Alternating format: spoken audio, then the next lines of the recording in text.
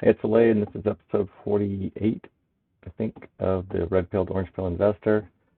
And I don't really do technical analysis. However, just taking a look at the Bitcoin chart, for some reason,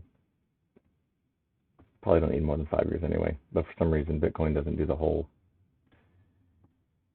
Sometimes there's an all here. But what I am eagerly anticipating, and I don't know how early it's going to be in this bull cycle, but when Bitcoin finally decidedly and confidently passes 67 or whatever it maxed out at, I can't wait to see another one of these from 67. So when this what was the previous high? 11, 12, something like that. So when this is 67, and then we get this when it races up in August to for 9 months. 9 months to get to here. Basically a year to get to here. But August. Yeah, as early as February. So I can't wait when this gets to 67, and maybe it'll bounce off of 67 a couple times, who knows. But once it decides it's done with the previous all-time high, and we get, just grab this shape and stick it on top of this one, that's what the next one's going to look like. So that's my that's what I have. That's what I'm looking forward to. But markets closed on Monday for President's Day. Doesn't really matter. Theta is how much on average every day a call loses in value when you buy a call. Like this 150 call I bought for January 2025, this loses a nickel a day. Now that's going to be fairly consistent. This nickel will also change depending on how close we get to expiration. And then when you're like a week away from expiration, let's look at the 150. Theta says, that says 2 cents.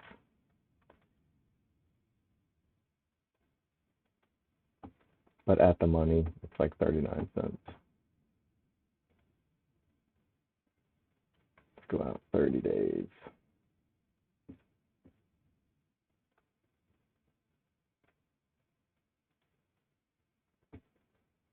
Still saying nickel.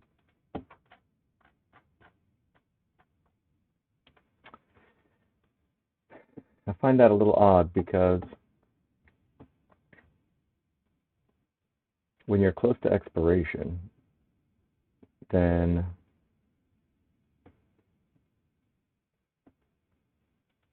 and maybe it's just that there's no value left in that option at that point, so there's not much to decay. But when you're a year out, when you're way back here, the value of that option is decaying slowly. But when you're only a week away, it has all of that value, the value that's built into the time has to disappear within that week. So I will not keep this 150 call past probably 90 days out. So definitely by October 2024, I will make sure to sell this. There may be scenarios where it makes sense to keep something to expiration, like maybe something is just not very liquid, and it makes more sense to just exercise the option, I suppose. But in general, if you make money on one of these, you buy it and then you just sell it for more. You don't hold this until expiration.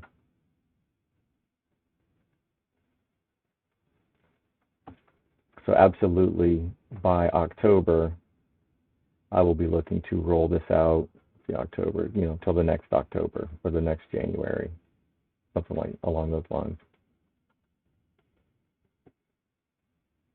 And when I say the next January, I mean like the January after the next January, not the 3-month away one, the one after this one.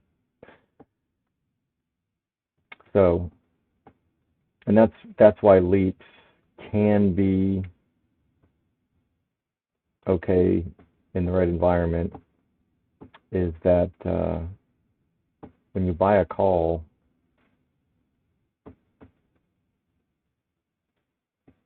for next week, like this thing, 40 cents is dropping out of this every day.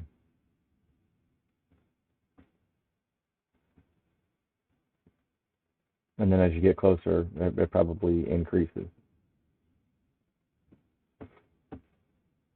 Whereas a year down the road,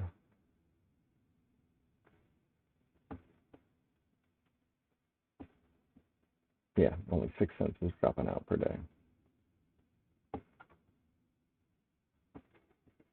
But it does present an additional hurdle to get over. So when you buy 100 shares of the stock, you don't have to worry about theta. So there's no expiration date. So money is not draining out of this. It just goes up or down. And you can just sell a covered call against it. But if you buy a leaps, you have to make enough money on the covered call that you sold to account for the $5 a day that you're going to lose.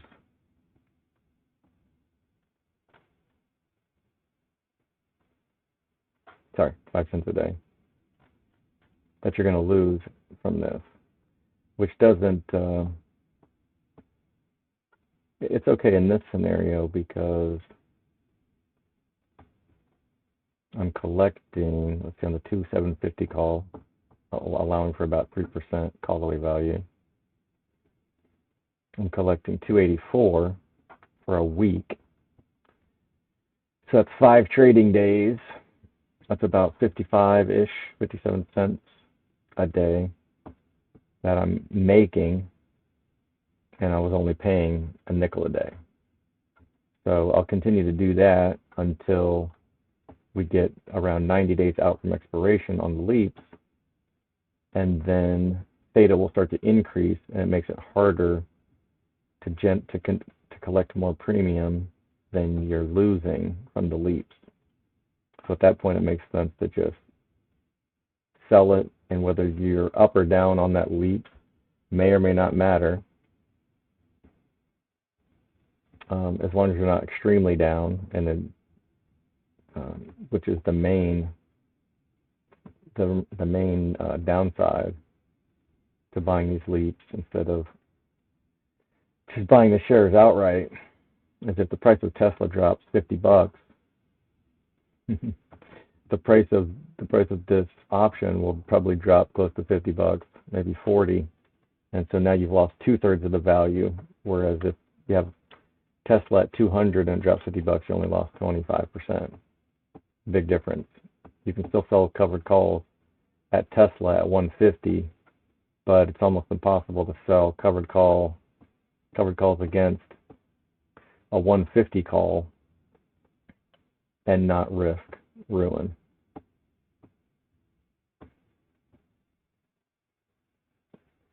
So if you can afford to buy shares, just find something cheaper. Mara is 28 bucks a share, 26. RIOT's 12, 15, 16. Started trading HUT a little bit. Liquidity is still not as good as Mara and RIOT, but at 10 bucks a share, it's still tradable. Back here when it was $2 a share, it's really hard to get any premium. And then you, even at the end of the week, you got to buy the call back for a penny. And if you only got 5 cents premium, that's 20% of your profit. That's just getting leached out, just trying to open and close the damn things. And that's assuming you have enough liquidity to even find a buyer on the other end. But HUT around $10 a share is doable. At the money covered call, you can get 55 cents. That's damn near 5%.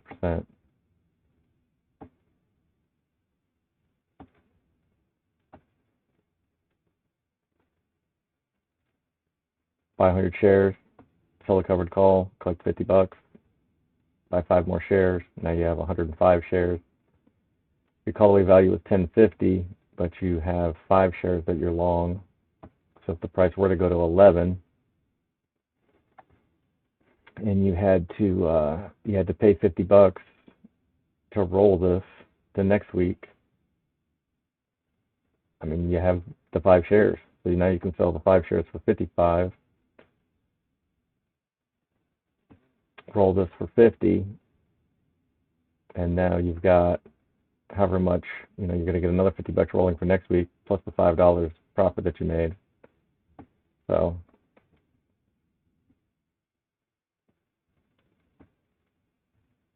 selling covered calls against shares that you own is that's kind of just easy mode, really. The only thing that you really have to do is make sure you don't buy a stock that goes to zero. So don't buy anything that's going bankrupt. And there's no guarantees with anything.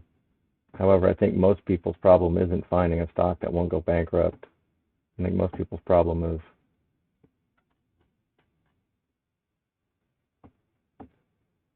seeing this go from 2 to 10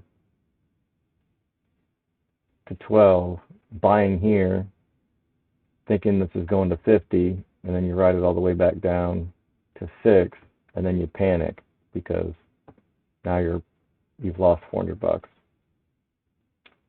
What I do is it doesn't matter if I buy here, I sell a covered call for 10.50 maybe. If I bought here, I sell a covered call for 12.50. If I bought here, I sell a call for 20 and collect some premium. And then if it goes down, I sell a covered call at 14 and it goes down. I sell a call for 12.50 or 13 here. Sell it for 10. Sell it for 6.50, 7. And then if I end up selling something for 6.50 or 7 here, like, oh no, it went up to 8. Now I lost, it's going to cost me 200 bucks to roll from here to here. But selling covered calls from December to January, I've definitely collected, I'm assuming I probably collected, close to 200 bucks anyway. So it's not like when it bounces back from here to here, you're probably going to give some caller value anyway. So from 6 to 7, and then, so $1.50 really, but you probably got paid 50 cents, maybe not 50 cents, 25 cents on it anyway. So it really just doesn't, it just doesn't matter. Every time you sell a covered call against shares that you own, you're reducing your cost basis. So even if you did pay $1,800 here, and you sell a covered call, and you get, 75 cents to $1. Now you didn't pay 18, you paid 17.25. And then you sell a covered call here and get 50 cents. Now you didn't pay 17.25. Now you paid 16.75. And then you sell another covered call, and now you paid 16.25. You sell another call, and you only paid 15.50. And then It's like, well, you still lost money. Well, yeah. I mean, anybody who bought here at the top is going to lose money when it drops. But you're going to lose, every time you're collecting 1%, 2%, 3%, 4%, 5%, whatever, you're losing less than the guy who bought here and just sits on his hands and does nothing. So that's the point. Always reducing your cost basis. Every time you reduce your cost basis, you give yourself a higher chance of success. And with that, I'll leave it here. You go, Joe.